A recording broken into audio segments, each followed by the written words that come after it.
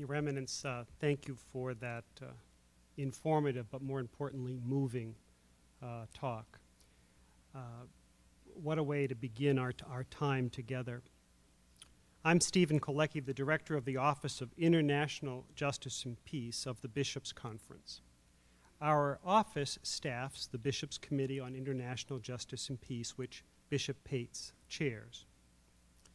The planning committee for today's event wanted to give all of you an opportunity to explore religious freedom in 3 different countries to illustrate the unique challenges facing religious communities with varying cultural, political, and religious realities. Religious freedom, as we have heard, is a universal human right, but there is no one-size-fits-all solution to the challenge of religious freedom in varying countries. To meet the challenges that people of faith experience throughout our world in very different contexts, we need different strategies, different approaches, the same principles, but different applications. Today, we're delighted to have 3 case study panels. They'll focus on Nigeria, Iraq, and Cuba. 3 different continents, 3 different contexts, 1 major challenge: to defend the religious freedom of each and every individual. We're very delighted to have with us superb panelists for all 3 sessions.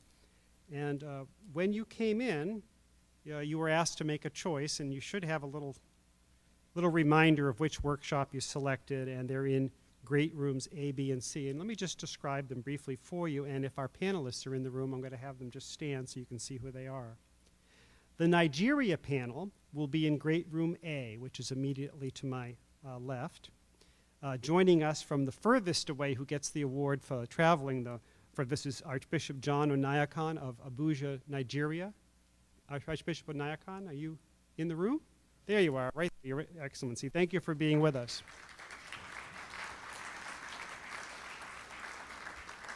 And we have also on that panel with us Father Okuri, a fellow at the Institute for Policy Research and Catholic Studies here at Catholic University. He's here in the room, thank you. And each of our panels is going to be moderated by one of our own U.S. bishops, and that first panel on Nigeria will be moderated by Bishop Martin Hawley, the Auxiliary Bishop of Washington, and the chairman of the U.S. Bishops Subcommittee on African American Affairs. Bishop Hawley, thank you. So if you're heading to Nigeria, that away. The second panel we have is going to be on Iraq. We're, of course, incredibly aware of the circumstance there and had a bishop visit the Conference of Bishops from Iraq, Bishop Wardouni, in June.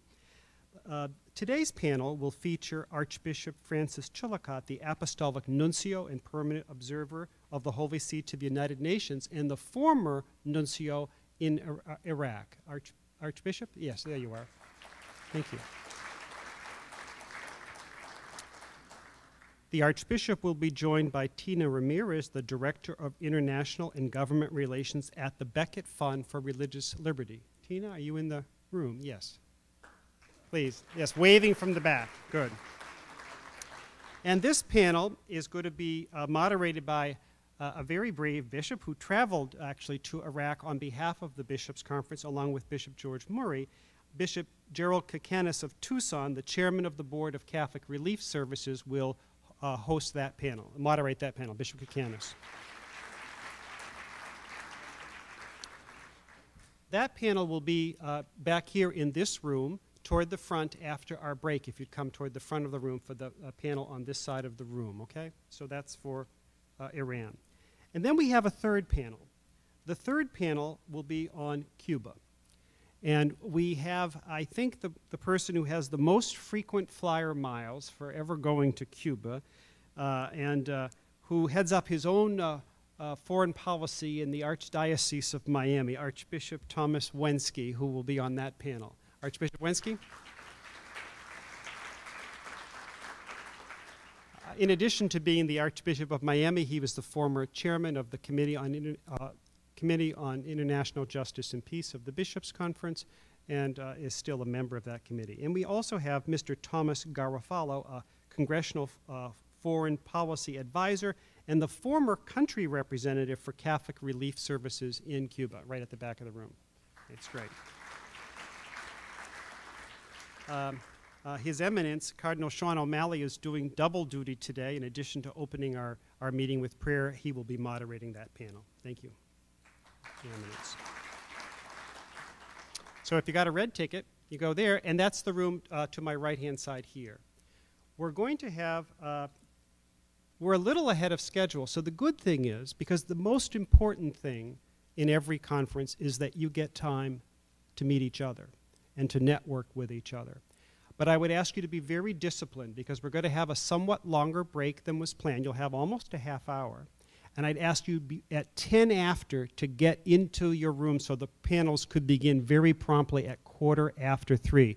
And let me just check one last time. Is President Garvey, has he, no, he has not, he's not made it. He was going to do a welcome for you at this opening session. He's not. So you are going to get a little extra time on your break. Please enjoy the break outside and then go into one of the 3 conference rooms before 3:15. Thank you so much.